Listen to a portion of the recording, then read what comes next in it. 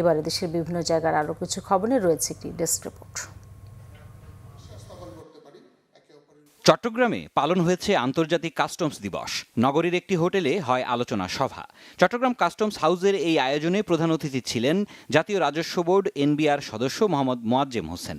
আন্তর্জাতিক কাস্টমস দিবস পালিত হয়েছে বেনাপোলেও। উদ্বোধন করেন এনবিআরের আরেক সদস্য জিএম আবুল কালাম কায়কোবাদ। সুষ্ঠু নির্বাচন নিশ্চিতে খাগড়াছড়ির দীঘিনালায় মহড়া করেছে বিজিবি। বাবুছড়া ব্যাটালিয়ন অধিনায়কের তত্ত্বাবধানে ও দায়িত্বপ্রাপ্ত সদস্যদের অংশগ্রহণে এ মহড়ায় ভোটকেন্দ্রে সৃষ্ট বিভিন্ন পরিস্থিতির বাস্তবসম্মত অনুশীলন করা হয়।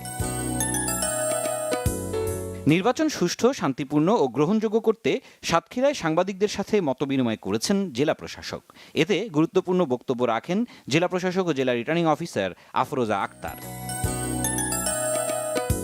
সাভারে নারী ভোটারদের সমাবেশ হয়েছে। স্থানীয় একটি স্কুল মাঠে বিএনপি আয়োজিত এ সভায় প্রধান অতিথি ছিলেন ঢাকা ১৯ আসনের বিএনপি প্রার্থী ডাক্তার দেওয়ান মোহাম্মদ সালাউদ্দিন বাবু। সভাপতিত্ব করেন ইউনিয়ন বিএনপির সভাপতি আব্দুস সোবহান। ব্রাহ্মণবাড়িয়ার মৃতপ্রায় টাউন খালে প্রাণ ফেরাতে চালানো হয়েছে পরিষ্কার পরিচ্ছন্নতা অভিযান। পৌর কর্তৃপক্ষের উদ্যোগে খালের একাংশের পরিষ্কার পরিচ্ছন্নতা কার্যক্রম শেষ হয়েছে। এই কার্যক্রম পরিদর্শন করেছেন জেলা প্রশাসক শারমিন আক্তার জাহান।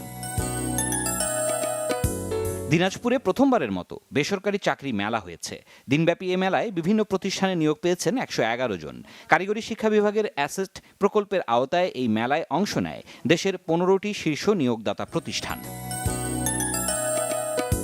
রংপুরে আন্তঃধর্মীয় সম্প্রীতি বাস্তবতা ও করণীয় শীর্ষক আঞ্চলিক সংলাপ হয়েছে। দি হাঙ্গার প্রজেক্টের আয়োজনে আরডিআরএস বেগম রোকেয়া মিলনায়তনে সংলাপে অংশ নেন রংপুর বিভাগের ৮ জেলার বিভিন্ন ধর্মীয় সংগঠনের নেতা, এনজিও ও গণমাধ্যম কর্মীসহ অনেকে। নারায়ণগঞ্জ শিল্পকলা একাডেমি মিলনায়তনে ফিলোসোফিয়া স্কুলের ২৫ বছর পূর্তি উপলক্ষে ছাত্র, শিক্ষক, অভিভাবক ও ব্রিটিশ কাউন্সিলের প্রতিনিধিদের সমন্বয়ে আনন্দ উৎসব হয়েছে। উপস্থিত ছিলেন ব্রিটিশ কাউন্সিল বাংলাদেশের পরিচালক মিস তাহিনী ইয়াসমিন সহ সংশ্লিষ্টরা। মিলেমিশে গর্বমোরা স্বপ্নের রূপগঞ্জ স্লোগানে রূপগঞ্জের পূর্ব গ্রাম স্কুল মাঠে দিনব্যাপী ফ্রি মেডিকেল ক্যাম্প হয়েছে। নারায়ণগঞ্জ ১ আসনের বিএনপি প্রার্থী মুস্তাফিজুর রহমান ভূঁইয়া দীপুর উদ্যোগে এ আয়োজনকে সাধুবাদ জানান স্থানীয় বাসিন্দারা। সিরাজুম মুনির শুভ, বাংলা ভিশন, নিউজ ডেস্ক।